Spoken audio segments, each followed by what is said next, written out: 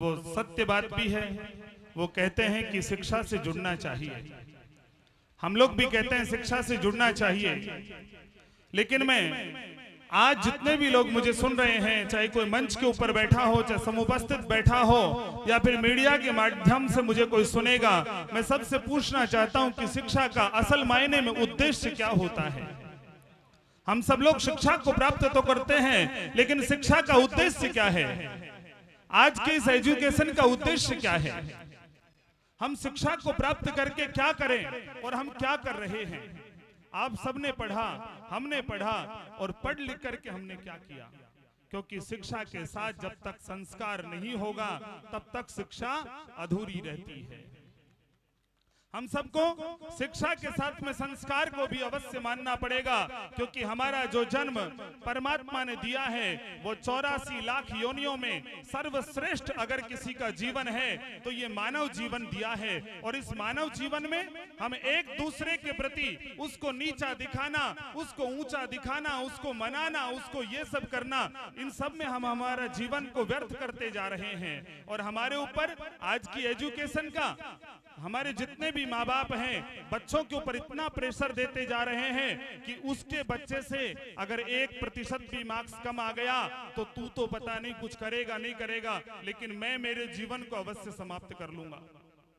अब अगर उस बालक के मार्क्स कम आ गए तो बालक क्या सोचेगा कि मेरे माता पिता ऐसा कर लेंगे, इसलिए मैं स्वयं के जीवन को ही नष्ट कर लेता हूं। क्या इतना बोझ हमारी शिक्षा का हमारे ऊपर आ चुका है? सबसे पहले आप घर में अपने बालकों को संस्कार दीजिए, उसके बाद में अगर वो शिक्षा को प्राप्त करेंगे तो निश्चित ही मैं भूमिया जी महाराज के श्री चरणों में कहता हूं कि वो कभी भी ऐसा कोई गलत कदम नहीं उठाएंगे। मैं ये विश्वास पूर्वक आप सभी से कहता हूं, क्योंकि हमारी संस्कृति तो वो संस्कृति रही है कि राम को एक दिन के बाद में राज्य मिलना था और पिता ने आदेश कर दिया कि कल तुझे वनवास को जाना है। माँ ने कहा कि बेटा तेरा राज्याभिषेक होने वाला है, क्या तूने पूजा पाठ कर ली? तो राम ने कहा कि माँ, अयोध्या छोटी थी और पिता ने मुझे संपूर्ण वन का राजा बना दिया है, मैं कल से वनवास जाता हूं, मुझे जंगल का राजा पिता ने बना दिया है। क्योंकि राम ने कहा कि वहां पर न जाने कितने ऋषि मुनि मेरी प्रतीक्षा कर रहे हैं, वहां पर न जाने कितनी सबरी मेरी प्रतीक्षा कर रही हैं, कितने हनुमान मेरी प्रतीक्षा कर रहे हैं, और कितने सुग्रीव मेरी प्रतीक्षा कर रहे हैं, और कितने ही आतताई दुष्ट रावण जैसे अत्याचारी अपनी मुक्ति का प्रतीक्षा कर रहे हैं। इसलिए मां मुझे वन जाना पड़ेगा। वो हमारी संस्कृति थी, वो हमारा संस्कार था। उसी संस्कार और उसी संस्कृति को हमें अपनाना पड़ेगा और अपना करके अपने जीवन को आगे बढ़ाना पड़ेगा। मैं यही आप सबसे कहता हूं।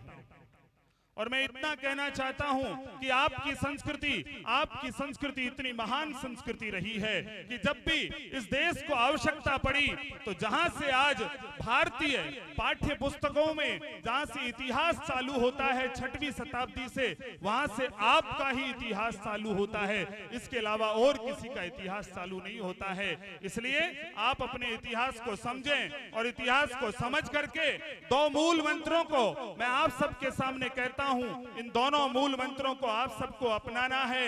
एक मूल मंत्र सबसे पहले बड़ा है कि हम सबको नशे से मुक्त समाज बनाना है और शिक्षा और संस्कार से युक्त समाज बनाना है। हम ऐसे समाज का निर्माण करेंगे कि जो नशे से मुक्त हो, जिसमें किसी भी प्रकार का कोई नशा नहीं हो, कोई नशा नहीं करे, और सब लोग शिक्षा और संस्कार से युक्त रहें, तो वास्तव में असल मायने में आप सबका स्वतः ही विकास हो जाएगा। मैं इन्हीं शब्दों के साथ में आप सबके श्री चरणों में पुनः प्रार्थना करता हूं कि कोई भी नशे को नहीं अपनाए और शिक्षा और संस्कार के लिए अपने दरवाजे खोल दें और अपने बालकों को संस्कार भी दें और शिक्षा से उनको युक्त भी करें। मैं यही आप सबके सामने निवेदन करता हूं।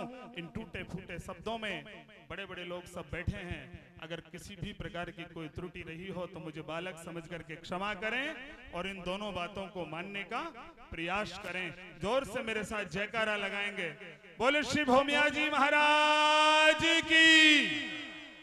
और मैं तो ये भी कहता हूं कि भंडारों में जाते हो, दान दक्षिणा देते हो तो बहुत बड़ी बात है, लेकिन अपना एक व्यसन, अपनी एक बुरी आदत जरूर वहां के इष्ट देवता के श्री चरणों में छोड़ करके जानी चाहिए।